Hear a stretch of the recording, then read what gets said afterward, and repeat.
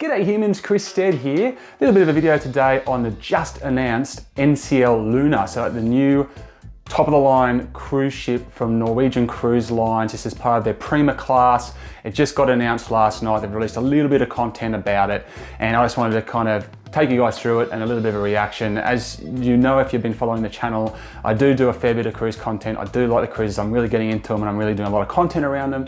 And NCL is a cruise line that I haven't actually had a chance to experience yet, but hopefully I'm going to knock that off in the next year. So what is NCL Luna offering? Let's just dive in. Are we there yet? No! Are we there yet? No! Are we there yet? No! Are we there yet? Yes!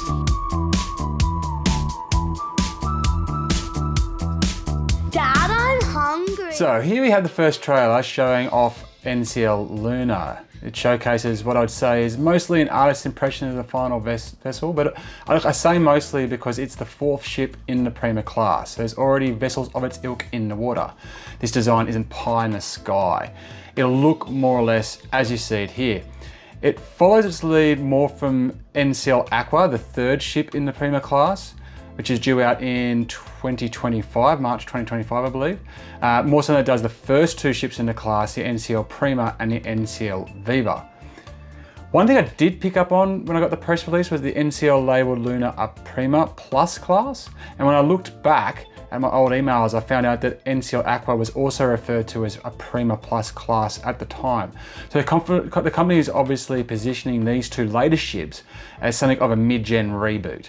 Indeed, it's 10% bigger than those initial two ships. You can expect a ship 322 meters long, 156,300 gross tons, and accommodating approximately 3,550 guests. That's dual occupancy.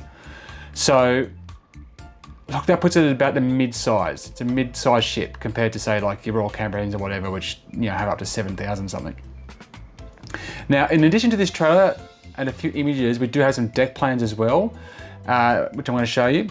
A few spots are listed as still to come, but given their location and shape, I'd be surprised if they veered away from what we've already been promised on NCL Aqua. And look, NCL Aqua is the twin sister of this ship, or they're considered sisters, so they're going to be very, very similar. And I suspect that still to come space is probably going to, well, a large part of it will go to the theatre, which currently isn't marked on the deck plans for some reason. Now, the first thing you'll notice, well, the first thing I noticed is the art adorning the hull, and that's kind of an iconic feature of this class. It was created by an artist out of California known as L, and it's inspired by how the moonlight reflects off the sea. So on brand then with the ship's name. You'll also note the snub-nosed bow, which I believe began with Celebrity and is now something of an industry standard. I reviewed the Celebrity Edge, which is on the channel if you want to check that out. I think the shape basically helps with efficiency and I believe even stability. So that's why a lot of the ships are now taking this new look. Now, if you're familiar with the NCL fleet, you'll also note that the multi-story go-kart track is gone, and instead in its place, or more or less in its place, we have this dual waterworks system that has been set up so that it kind of starts like a roller coaster, kind of carrying you skyward and then wraps right around kind of the ship, not over the water almost to an extent. So it looks epic and I can't wait to try it. Although I lament the loss of the go-karts. The Prima and Viva had the go-karts and some waterworks, albeit much smaller waterworks. But it's worth noting they did charge for a run on the go-karts, so perhaps people weren't using them enough. And as an Australian, I've got to say, the idea of having to pay more once you're on board just to use the ship's main features does not sit well at all. And so maybe other guests felt the same way. Speaking of which, I'm not overly happy with the placement of the Haven. So this is the area that's kind of exclusive to the highest paying guests, like the VIPs in the suites. And these kind of areas aren't unusual on cruise ships, but in the case of this Prima Class, it takes up the entire back of the boat, which is perhaps the nicest place to sit outside and just watch the ocean, without being blasted by the wind. It's one of my favorite spots to sit on cruise ships, and you won't be able to access it unless, as a regular paying customer. You can get to the back, but way down the bottom on deck 8, I think. So at that point, a lot of the view is lost at this level. So, and not to mention that the rich are literally looking down on you, which also doesn't feel that great. The next best kind of spot up the top as well, it goes to the Vibe Beach Club. Now this is an adults only area with some hot tubs and some lounges and a bar and so forth. And it looks great, but unlike other cruises I've done, you don't just get access to this area because you have a ticket to be on the cruise.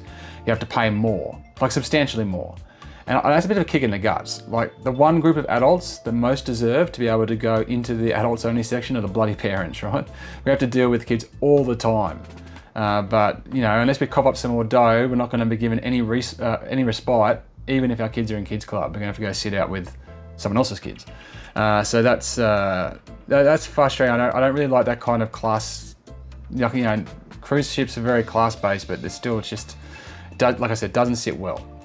But you know, as I mentioned, I've yet to cruise NCL, so much of my commentary here is based on this pre-voyage information which has just been released, and it still looks like there's plenty of adventure to be had. And as a dad, look, I'm intrigued by the Glow Court, which is kind of like this sports area that's like lit up with neon, and then during the day and then becomes a nightclub at night. So that's interesting. That's kind of where the go-karts used to be on the Prima and Viva.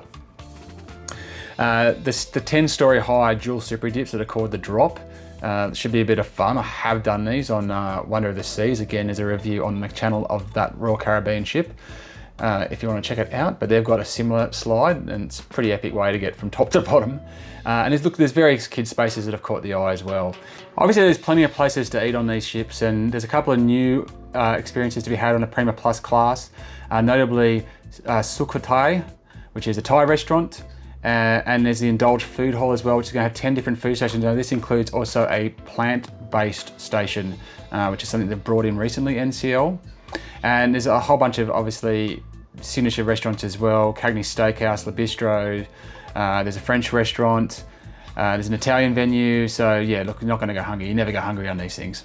The general design, I think, looks pretty sharp. The decor feels modern, and the curious shapes of the various structures around the bars and restaurants are really elegant. And if they carry through with sofas and lounges that look as comfortable as they do in these photos, then happy days. I also like the free at sea cruise deals concept, although I'm not 100% clear on how many of these benefits actually carry through in a meaningful way. So I was kind of diving into this, and for example, you get free Wi-Fi. It's great, but it's capped at very low minutes. I think 75 minutes for like a 4-day cruise or something. Like it's not much time if you actually just need to get some work done. Yeah, again, like once I actually get on and experience it for myself, I'll be able to formulate these opinions beyond what they are now. But yeah, that kind of was like, oh really? Although, you know what, the booze is the key one, of course, at least for us Aussies. Now we do have a while to wait. The NCL Luna is expected to set sail in March 2026, so quite a way off, and it will spend its first 8 months in the Caribbean. So unless you can get over that way to Miami, then you're not going to be able to try it out very easily at all. So I'm told the Luna will have 2 Western itineraries, with taking in the likes of Honduras, Costa Maya, Mexico, Belize, a few other spots, and then it will have a 7-day cruise into the Eastern Caribbean with the Dominican Republic, the British Virgin Islands, St. Thomas, Puerto Plata, and a few different places like that as well. So those are going to be the main ways you'll experience it in 2026. But anyway, that's my first look at the NCL Luna. Like I said, they just kind of dropped this information on September 19. So last night, at the time I'm filming this, and it's all very fresh, but obviously we're going to learn a lot more about Luna once we get on board Aqua, which is launching in just 6 months from now, and is the twin sister for the Luna ship. So that's going to give us our best lead on what to expect. So there you go, there's a little insight into NCL Luna. Obviously very early days at this stage, but yeah, look, I'm excited for it. I'm really looking forward to giving it a go and seeing what it's all about. But yeah, there's a couple of things I'm a little bit confused about, and a couple of things I'm not quite sure about. So we'll see what it's like when we get hands on. But definitely, if you're the type who's into trying the latest and greatest in the cruise line market. Looks like NCL Luna is one you're gonna have to put on your list. All right, I'm Chris Stead. Thank you very much for watching. Make sure to check out my other cruise videos. Until next time, I'll check you later. You.